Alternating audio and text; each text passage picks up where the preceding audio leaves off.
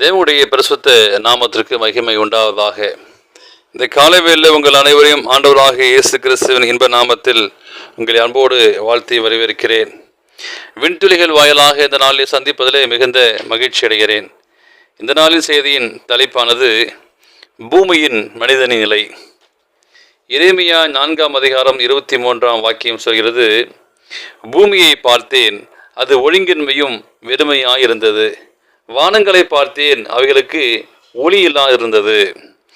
கர்த்தராக இயேசு கிறிஸ்துவின் வருகை திருடனுடைய வருகையை போல நினையாத நாளில் இருக்கும்போது நீதிமான்கள் மீட்கப்படுவதும் பாவிகள் அழிக்கப்படுவதும் பற்றி பார்த்தோம்.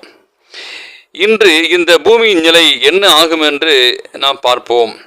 லூக்கா 14:26 நோவாவின் காலத்திலும் லோத்தின் நாட்களிலும் நடந்தது போல மனுஷகுமாரன் வரும் நாட்களிலும் நடக்கும் என்று கர்த்தர் கூறியுள்ளார்.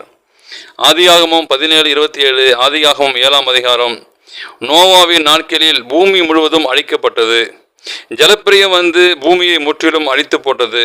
2 பேதுரு 2:5 வாசிக்கிறோம். லூக்கா 17:29, ஆதிகாமம் 19 வாசிக்கிறோம். லோத்தின் நாட்களிலும் அவர்கள் வாழ்ந்து வந்த பட்டணம் அழிக்கப்பட்டது. சோதம் குமரா பட்டணங்கள் அக்கிரமத்தின் மிகுதியால் நிறைந்திருக்கிறது. அங்கு வாழ்ந்த மக்கள் அப்பட்டணங்களை தீட்டுப்படுத்தி அருவருப்பாக்கினார்கள். ஆகையால் கர்த்தர் பட்டணங்களை அடித்து போட்டார். 2 பேதுரு 2:6, அதே போல இந்த பூமியும் கடைசி நாளத்தில் நீங்களும் மிகவும் கெட்டுப்போய் அருவணப்பதாக மாறி போகும். அதனால் இந்த பூமியும் அழிக்கப்பட்டு போகும் என்பதற்கு திருஷ்டாந்தகமாக சோதோம் குமாரா பட்டணங்களில் அழிவு இருந்தது. யூதா 7 வாசிக்கிறோம்.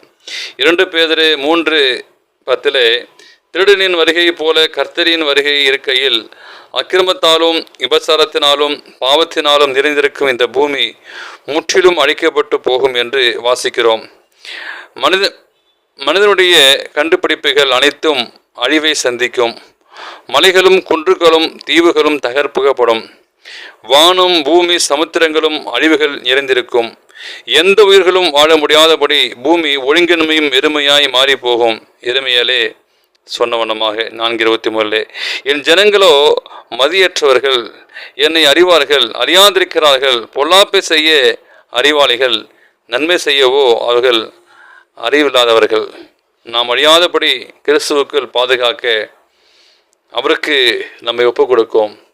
எனவே இந்த காலை வேளையை நல்ல தீர்மானம் செய்யுங்கள். தேவன் தாமே உங்களை ஆசீர்வதிப்பாராக. இந்த நாள் செய்தியை கேட்ட உங்களையும் பிறந்த நாளையும் திருமண காணுகிற பிள்ளைகளை தேவன் தாமே ஆசீர்வதிப்பாராக. ஆமென்.